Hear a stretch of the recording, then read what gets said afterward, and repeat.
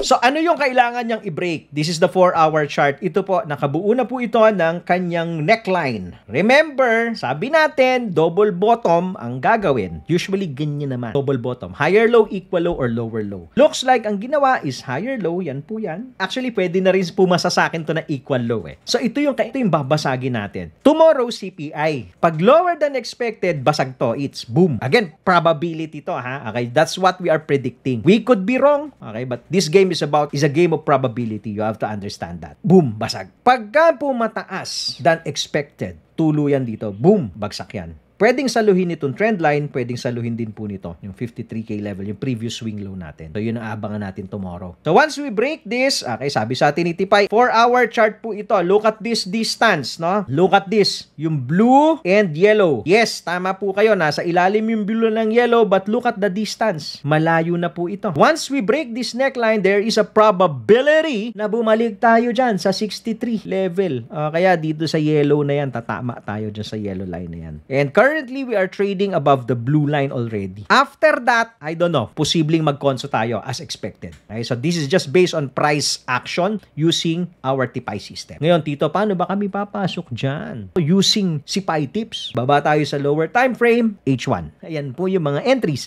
Long, long, long, long, long. Ewan ko na sa'yo kung mag-short ka pa. Abang ulit ng dip. Pasok tayo. Pasok po sa pullback. Put your stop loss. Gusto nyo mag-stop loss, hindi kayo naka-GTF vaccine ha. Pero alam ko, yung mga naka-GTF vaccine natin, alright? Hindi yan basta-basta na shake out kasi. So, you can put your stop loss where? Kung papasok kayo at wala kayong bakuna. Pwede po dito. Sa swing low na to, 56.8. But usually, pagka ganito kasi, kaya tayo nag-GTF eh. Kasi pag ganyan, tatamaan lang to eh. Pwede tama, tapos babalik din eh. Susungkitin ka lang dyan eh. Or you can put your stop loss sa ilalim nitong trend line. Getching? So, you need to wait for the pullback. Nasa taas na kasi ito, nasa resistance na eh. You have to wait for the pullback. Follow for more Tito Moves!